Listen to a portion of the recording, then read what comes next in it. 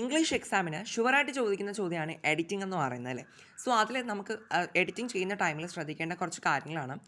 നമുക്ക് ടൂവിനോടൊപ്പം എപ്പോഴും എന്താണ് V1 വരാവൂ എന്ന് പറയുമ്പോൾ വെർബിൻ്റെ ഫസ്റ്റ് ഫോം അഥവാ ബേസ് ഫോം മാത്രമേ വരാവൂന്നുണ്ട്. ദെൻ അതുപോലെ തന്നെ ഹാഡ് ബെറ്ററിനോടൊപ്പം വെർബിൻ്റെ ഫസ്റ്റ് ഫോമേ വരാവൂ. ദെൻ മോഡൽ ഓക്സിലറിക്ക് ഒപ്പവും നമുക്ക് വെർബിൻ്റെ ഫസ്റ്റ് ഫോമേ കൊടുക്കാവൂ. ഈ മോഡൽ ഓക്സിലറി എന്ന് പറയുമ്പോൾ എന്താണെന്നറിയോ, ഈ വില്ല്, വുഡ്, ഷാൽ, ഷുഡ് എന്ന് പറയുന്ന ഓക്സിലറീസ് ആണ് മോഡൽ ഓക്സിലറീസ് എന്ന് പറഞ്ഞിട്ടുള്ളത്. ദെൻ അത് മാത്രമല്ല വുഡ് റാദർ വന്നു കഴിഞ്ഞാലും വെർബിൻ്റെ ഫസ്റ്റ് ഫോമേ കൊടുക്കാവൂ. ഇനി വുഡ് പ്രിഫർ ടു വന്നു കഴിഞ്ഞാലും വെർബിൻ്റെ ഫസ്റ്റ് ഫോമേ കൊടുക്കാവൂ. പിന്നെ നമുക്ക് ടെൻസിൽ വരുന്ന ഒരു ഐറ്റമാണ് ഈ ഹാഡ് പ്ലസ് V3. ഇത് പലപ്പോഴും ചോദിക്കാറുണ്ട്, ഹാഡ് പ്ലസ് V3. ഹാഡ് കഴിഞ്ഞാൽ വെർബിൻ്റെ തേർഡ് ഫോമാണ് നമുക്ക് കൊടുക്കാനുള്ളത് കേട്ടോ. ആ ഒരു രീതിയിൽ ശ്രദ്ധിക്കാം. ദെൻ ഈ ഡു യു മൈൻഡോ വുഡ് യു മൈൻഡോ ഒക്കെ വന്നു കഴിഞ്ഞാൽ വെർബിനോടൊപ്പം നമ്മൾ ING ഫോമാണ് നമ്മൾ യൂസ് ചെയ്യണത്. ഡു യു മൈൻഡോ വുഡ് യു മൈൻഡോ ഒക്കെ.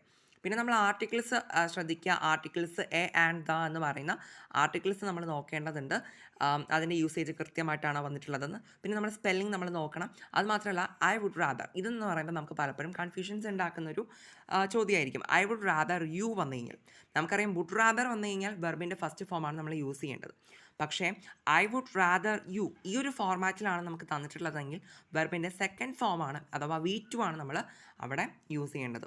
ഓക്കെ.